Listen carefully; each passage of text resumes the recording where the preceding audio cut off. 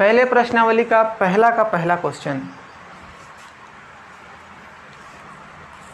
पहला क्वेश्चन दिया गया है। एक विद्यालय के क्रिकेट कोच ने 3 बल्ले और 6 गेंदें 3900 रुपये में खरीदी और वहीं से उन्होंने 1 बल्ला और 2 गेंद 1300 रुपये में खरीदा। यहाँ पे क्या बनाना है? समीकरण बनाना है।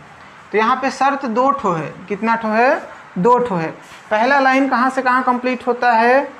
3 बल्ला और 6 गेंद 3900 रुपये में खरीदी। ये पहला सिचुएशन है ना।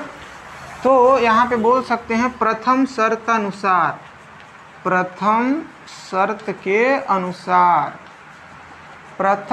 अनुसार क्या बोल रहे हैं? कोच था तो दुकान में गया और क्या क्या खरीदा? बल्ला खरीदा और गेंद। तो मान लेते हैं कि बल्ला बराबर x और गेंद बराबर y। मान लिए बल्ला बराबर x और गेंद बराबर y। तो प्रथम शर्त के अनुसार कितना बल्ला खरीदा? 3। और गेंद कितना खरीदा? 6। तो 3 बल्ला में 3x, 6 गेंद में 6y। टोटल कितना पैसा दिया दुकानदार को? ये कंप्लीट हुआ पहला समीकरण बनके। अब दूसरे शर्त के अनुसार, द्वितीय शर्त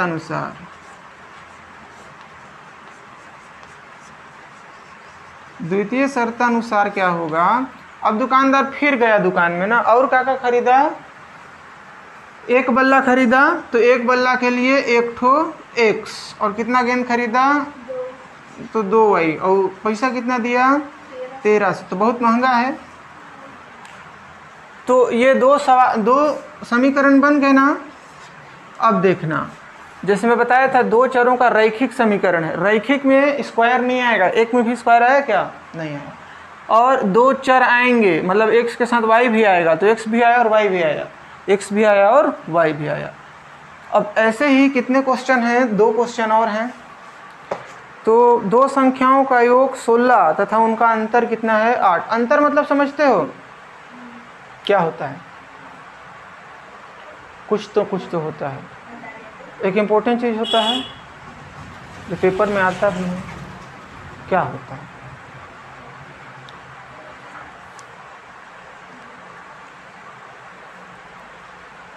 डिफरेंस। अंतर मतलब क्या होता है? ये तो हिंदी इंग्लिश हो गया ना। अंतर मतलब होता है घटाव। पर्दा को थोड़ा बंद कर दो ना।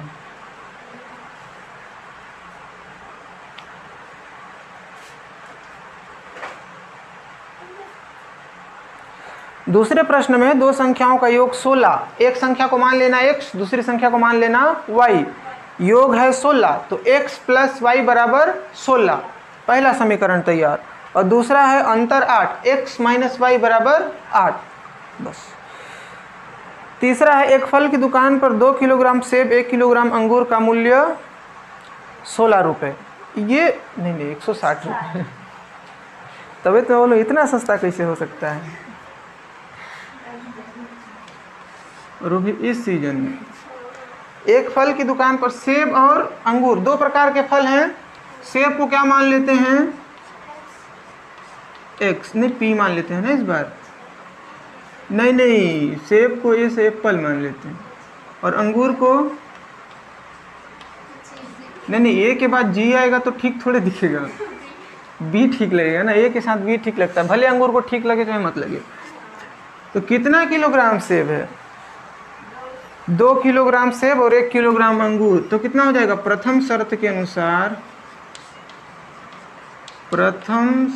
अनुसार 2a + b बराबर 160 रुपया। फिर भी सस्ता है। 1600 तो नहीं, 160।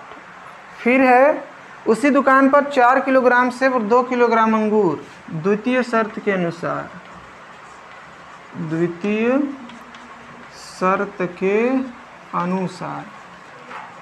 इस बार कितना सेब है? 4 किलो। 4 किलो के लिए 4a और 2b। 4a + 2b बराबर कितना पैसा दे रहा है?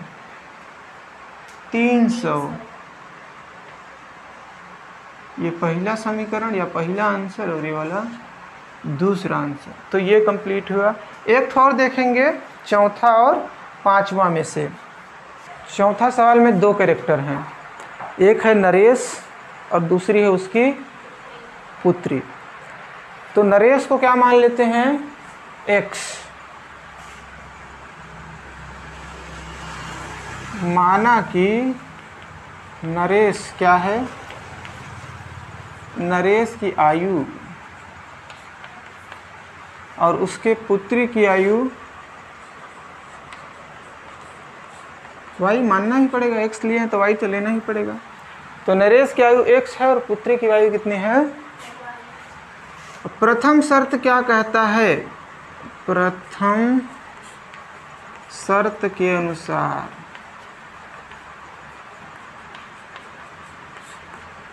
प्रथम शर्त कहता है कि 7 साल पहले मेरी आयु तुम्हारी आयु से 7 गुनी थी। तो 7 साल पहले करना पड़ेगा।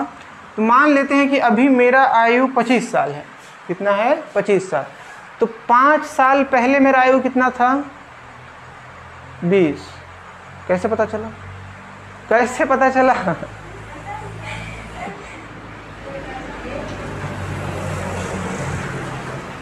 कौन बताया तुम लोगों को, घटाने पता चल जाता है। तो ऐसे ही यहाँ कितने साल पहले की बात हो रही है, 7 साल पहले। नरेश का आयु कितना होगा 7 साल पहले, नरेश का आयु हो जाएगा x माइनस 7 और पुत्री की कितनी हो जाएगी y माइनस 7।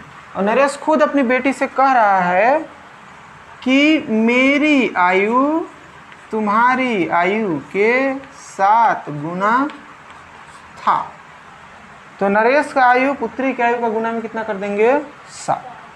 अब नरेश जो भाई साहब थे उनका कितना निकाले हम लोग, x माइनस 7 बराबर 7 और पुत्री का कितना निकाले मेहनत से, y माइनस 7।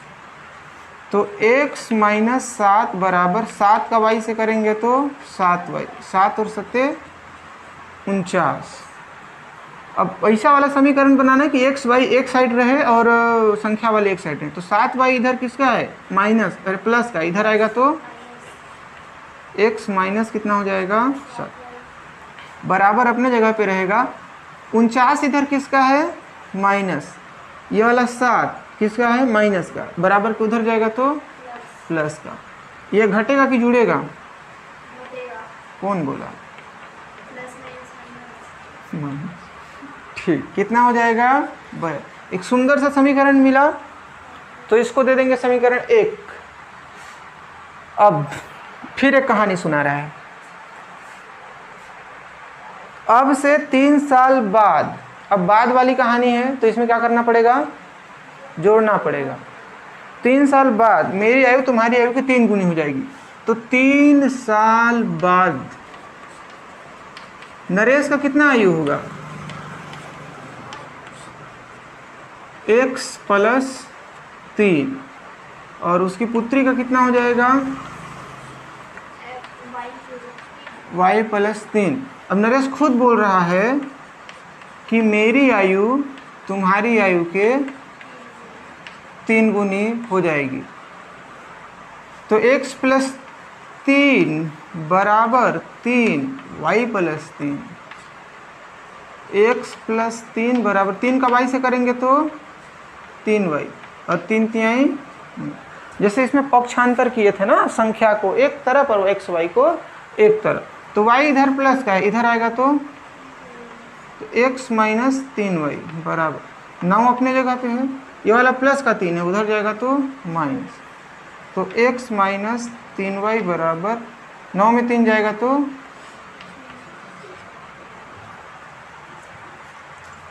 6 बचेगा और कहानी हो जाएगी समाप्त। तो ऐसे होगा क्वेश्चन सॉल्व। और क्वेश्चन सॉल्व नहीं हुआ, क्वेश्चन बना है, ठीक है। अभी इनके वास्तविक उम्र का पता नहीं है, जिंदगी वो लोग जी रहे हैं, सॉल्व करना हमको पड़ रहा है।